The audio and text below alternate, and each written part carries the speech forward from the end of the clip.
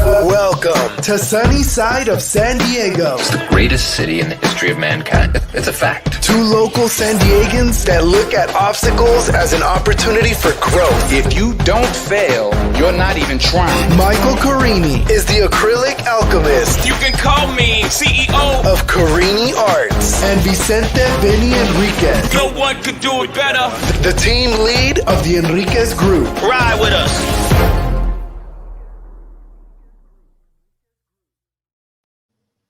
Hi, all you sunny San Diego listeners. My name is Vinnie, and my co-host over here is Carini. Yeah. Thank you for joining us today. Today we want to go over the idea of fear of success. I think you look at it, just kind of the words alone, right? You're like, okay, success.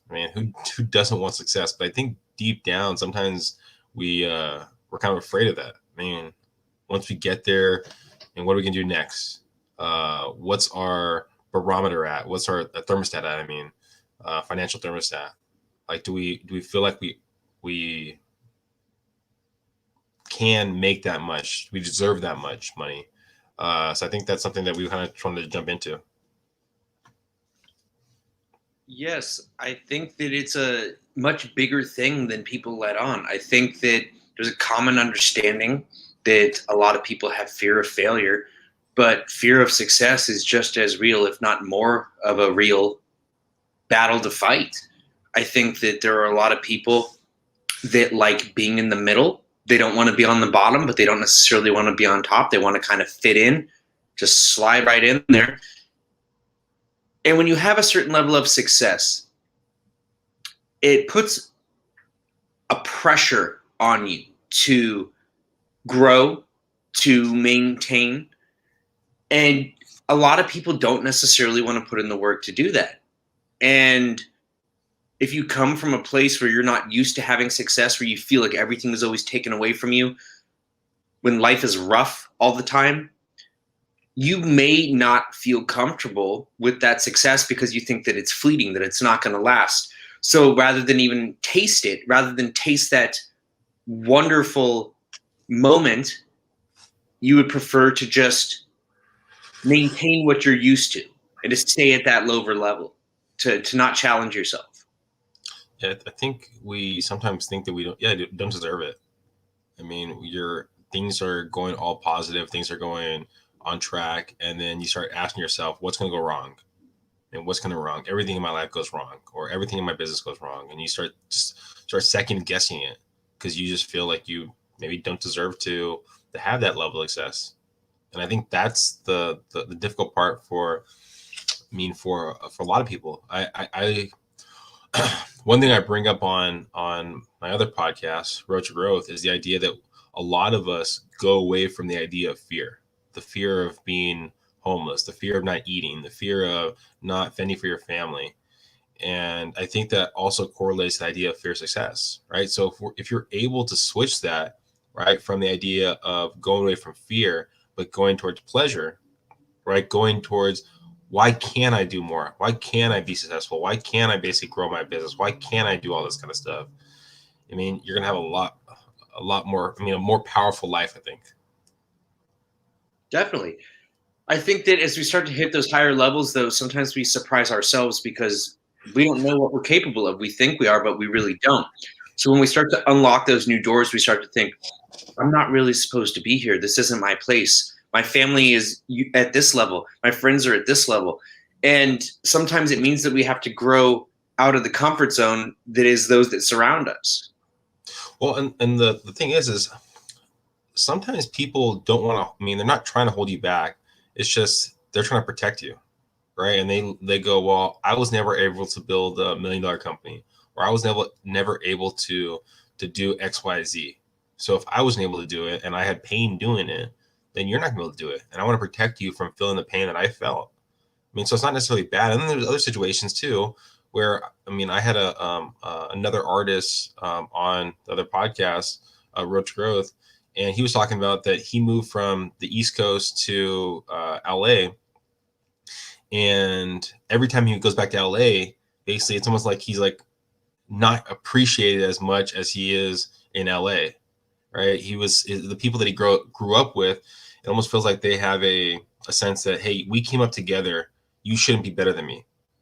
And so he had to kind of change the group that he was with to get out of that kind of like that view, that kind of, I guess, that feeling that he was receiving from past friends. So I think it's one or the other. Sometimes it's they're trying to protect you. Other times, how did you basically build it farther than I did?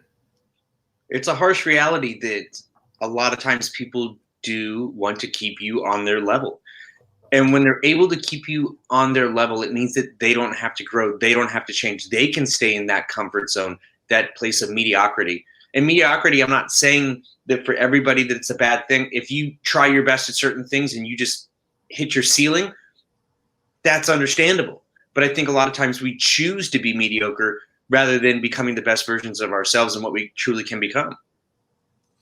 Yeah, I mean, I think it's taking those moments of those maybe past joys, past like successes, and looking to build upon them like a Lego set, right? I mean, I know for myself, right? For a while I pushed basically away from the idea of fear, saying, okay, well, I don't want to be broke, I don't want to be this, right? And it took me a while to get through that mindset and saying, well, why can't I want something more? Why can't I be bigger than that? Why can't I get bigger than just basically just making it? So that was something that kind of allowed me to, I think, push through. But I think for most of us, we look at, there's still that sense of fear of success, right? I don't know if it'd be the same, but you have that imposter syndrome too, right? And you get where you're like, well, why do people want to listen to me? Why do people want to talk to me? Why do people want to work with me? And you're like, I'm just this regular guy. And you hear basically even big time actors, big time people, big time celebrities get that same feeling. I'm definitely not big time, but I feel that all the time. And I feel that a lot lately in particular, where I think I'm just a person that shares their stories. Why do people want to work with me? Why do people want to buy my art? I don't get why people want to be connected to this or what people see in me. And part of that's staying humble, but part of it does pose a potential problem. And going back to what you were saying, in 2019, I quit my job. I moved in the direction of fear because I knew what would happen if I stayed where I was. I knew that I was just going to give up. I was so unhappy with where I was in life, working a job for somebody else, working towards their dream. So I moved in the direction of fear. And I made this possible. I made it possible to live the impossible dream of being a full-time artist. But even in doing so, I still think that as I moved away from fear, in a sense, I moved in the direction of a new type of fear. And I do have that wavering battle that goes back and forth between fear of failure and fear of success. I'll start to be successful for a moment, and I think, hey, don't get too excited. Don't get too comfortable here. There's going to be other obstacles, and I feel that way because of past experiences, past life events, things going back and forth over and over again. And I think that I need to reshape that, because what it does is it basically sets this barrier that makes it impossible for me to pass. And so I have not been able to reach the higher levels because I keep throwing obstacles in front of myself. It's not necessarily anybody else doing anything to hold me back. It's me holding myself back. Yeah, and it goes back to the idea that thermostat. I mean, we have that level inside us of, I deserve this much. I'm worth this much. And you have to change that level, saying that I'm worth, more than you're currently at, to get to that point. I mean, I think that's the difficult time for a lot of us. And it goes back to that idea too about, don't judge your insides by people's outsides, right? So we see stuff on social media, we see stuff on other platforms, and we start going, man, I'm doing this, but they're doing that. They're doing so much better than me. Oh my gosh. And then you start you start doubting yourself. You start basically, I think it goes back to the idea that you have to be good in your own skin, good in where you want to be, have that mindset, have that understanding of where you want to be, where you want to go, what you want to do, and allow yourself to slowly grow in those areas and be protective of kind of what you take in. And it always hits you in those moments of insecurity, because I've been fighting that battle myself lately, where I'm generally not somebody to compare myself to others, but lately, as I've been getting hit with different things, I've thought, well, this person over here, they're doing this and they're doing this, and this isn't happening to them. And it's not necessarily a jealousy, although it raises the question of, oh, am I jealous? Because I am trying to be introspective about it. But I'm asking the question, well, why are we taking similar paths, but the road is ending up in a different place? And I think that it's good to ask questions and to be aware and to see if maybe there's a piece of the puzzle that I'm missing. But at the same time, I have to recognize that I'm on a different journey and not get too far down that rabbit hole of comparison to somebody else, because we're all on our own journey, different obstacles, unique experiences. And so it's definitely a place that I find myself to be lately. I think that I have at least momentarily started to move on an upward trajectory, which is nice. But this is a place that I have been over and over and over again. And I understand that I'm the one setting my cap, setting my ceiling. And it is really hard to break out of when you have a certain mind state. And even though you try to be positive, you try to condition yourself, you can spend so much time working on building something up. But it really only takes a moment to have everything come crumbling down. And whether that be from something external or whether it's self-sabotage and you intentionally capping yourself and knocking yourself down. And I'm somebody that has experienced both. Yeah, I mean, I agree. I think there's having that, again, like having that strong foundation, having that understanding, having that system in place, knowing your big why. I mean, I think these are all things that can allow you to get past that hurdle. And that's something that, I mean, I think people listening right now, I mean, what's the hurdle that you're trying to get past? What are you afraid of? Do you have the fear of success? I mean, what's pulled you back? I mean, we'd love to hear feedback, love to hear your insight into this. I mean, we're just basically two guys growing our separate businesses, having weekly conversations about, I mean, how we look at the world and how we help each other. I mean, I get a lot of feedback from just talking on here, listening to Michael, and seeing the world in two different ways. But I think we see the world in a way of how can we get better? How can we better ourselves? I was talking to my girlfriend last week after the podcast, and I was telling her, I said, the show's called Sunny Side of San Diego, but oftentimes I feel like I'm very negative about things. And I said, I feel like Vinny's there to balance out and to bring me up. And I told her, I said, I feel like sometimes I bring him down because I always come with this flip side of things, the negative side of things. But so much of all of what we're talking about goes into what you feed yourself. And it reminds me, yesterday I went for a run. And after I go for my runs, I talk to people and I'm like, oh, I did this. And they say, why the hell do you do that? Or why do you do it as often? And it's because I set this higher standard. So when people say things like that, it almost pisses me off. It makes me angry because I know that it would be so easy to fall into mediocrity. And I actually have fallen off a lot lately. My runs are not nearly as far, not nearly as fast. My workouts are not nearly as motivated as they have been. I'm spending more of my time dicking around on my phone than I am focusing on working out. And so I want to get back to that. But it makes me so mad when people say, well, why do you do that? You don't need to do that. Or why do you do that so many days? Or why do you do it so hard? Because it's almost like it gives you this permission to be more lackadaisical about the things that you do. And I don't want to do that because I know what that leads to. And comfort is a very scary thing because it's very easy to fall into that state of complacency or to fall off and to not challenge yourself to get up early every day. And that's another thing. This Wednesdays is the only day that I get up as early as I do. And I know that you're up even on Wednesdays several hours before I am.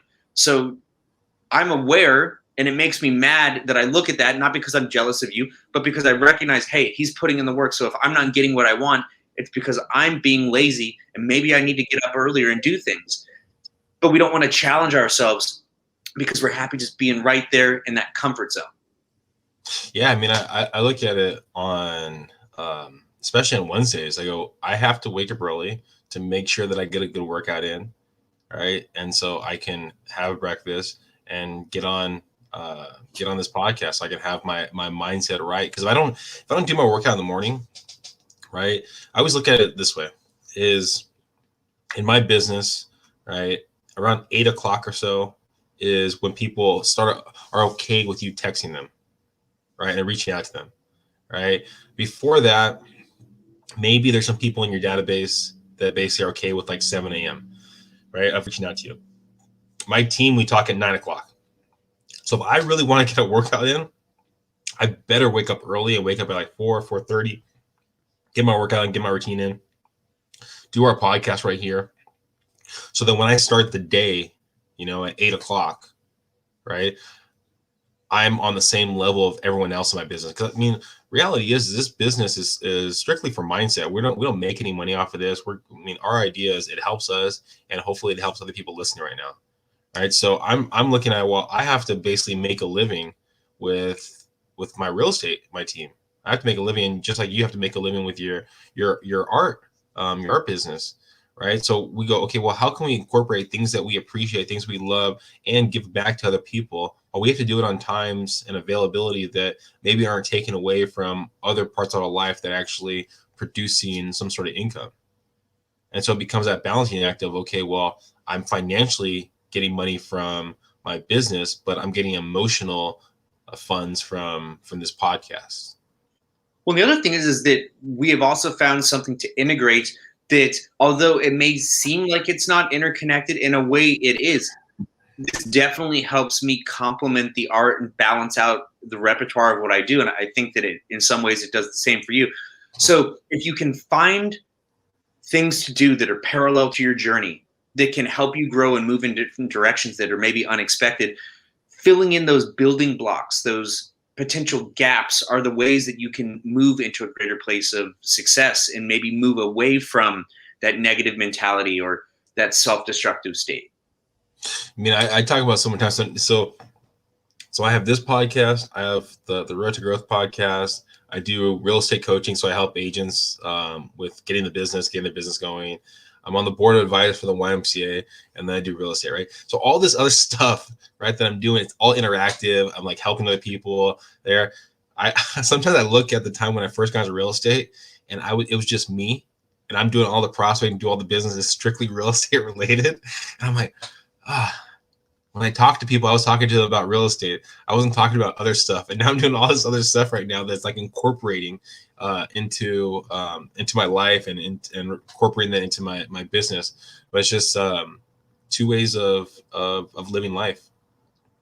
I think the other thing that does, and that I've noticed for me, is it helps balance you out or broaden the scope of things. Because what happens to me a lot of times, being as narrow focused as I am, is I will have the horse blinders on and only see the one thing ahead of me. And so I'll be so fully invested in that one thing. But if that one thing hits a barrier or an obstacle, I don't have anything on the side of me.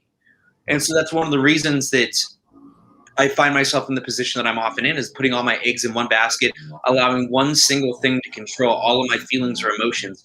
And I'm not going to say that I perfected that, because God knows I have not. I'm still working on that.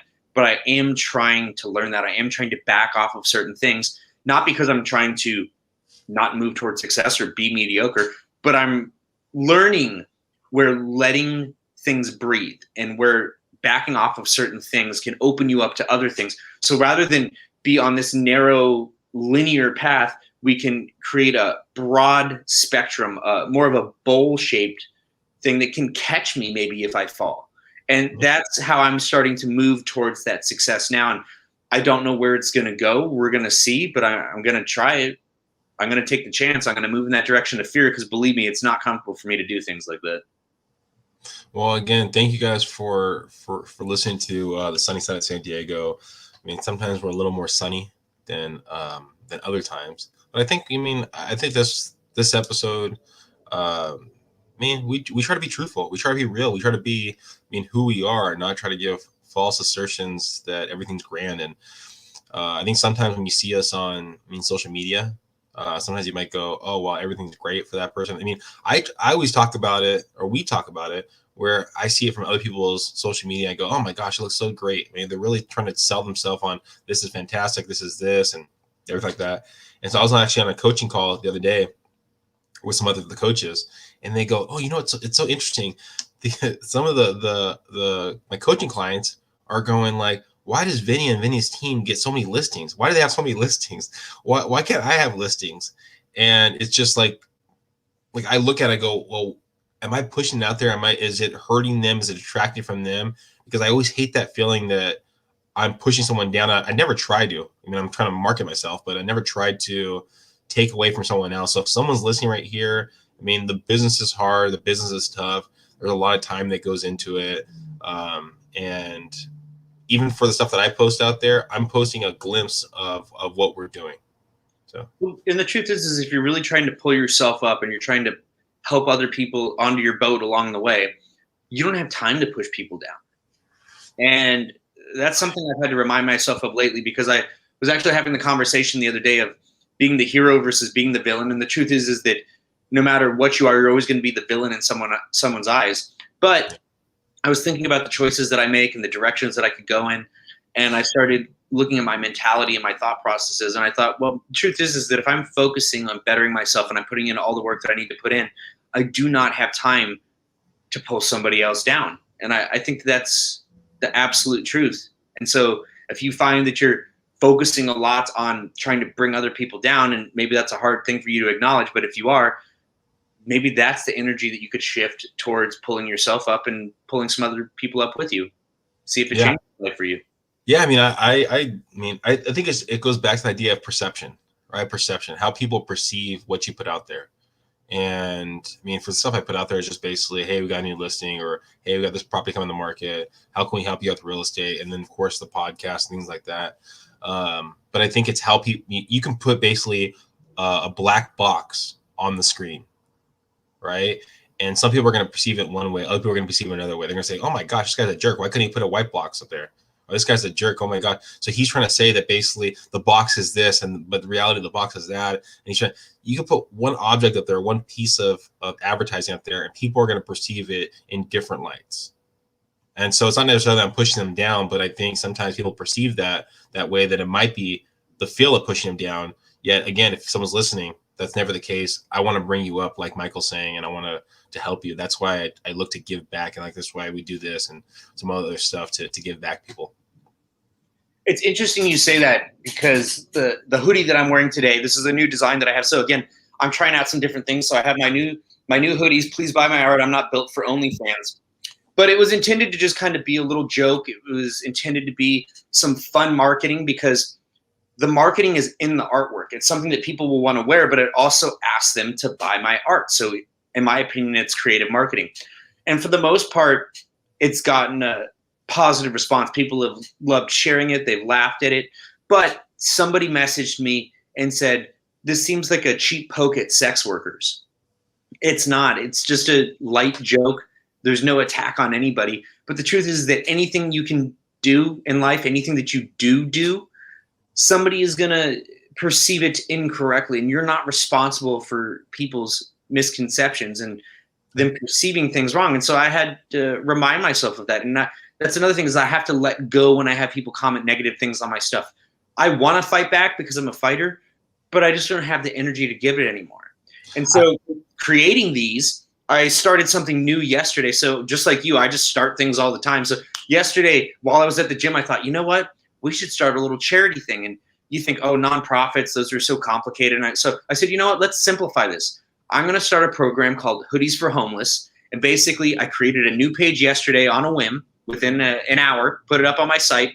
And so if people donate to this one item that I have, I will go hand deliver one of my hoodies to a homeless person in Balboa Park or neighboring San Diego area. So simple as that. Charity starts at home. Doesn't have to be complicated. You can go select this item on my shop. I'll send you a thank you pack for doing it, but I'll also go give a hoodie to a homeless person. That's cool. Yeah. I might have to actually post something about that. Please ask me real estate help, because I'm not built for my OnlyFans. Or I got to. Yes, I had somebody take the design and they said, "Hey, can I use that but change it?" And I said, "Yeah, I'm cool with that. You know, I'm not going to get too gung ho on copyright stuff. I'm an artist. They say that good artists borrow, great artists steal. So I know that I created it first. I have already had some success with releasing it on my site, on my shop, and with people sharing it. So I figure share the love, and I'm going to try to keep that energy going how I can. But All right, well, yeah, shifting towards after that positive, trying to move upwards in life. after we get off this, I'm gonna talk to you about that. But thank you guys for listening. Please subscribe, please share, and of course, tell your friends. Thanks, everyone.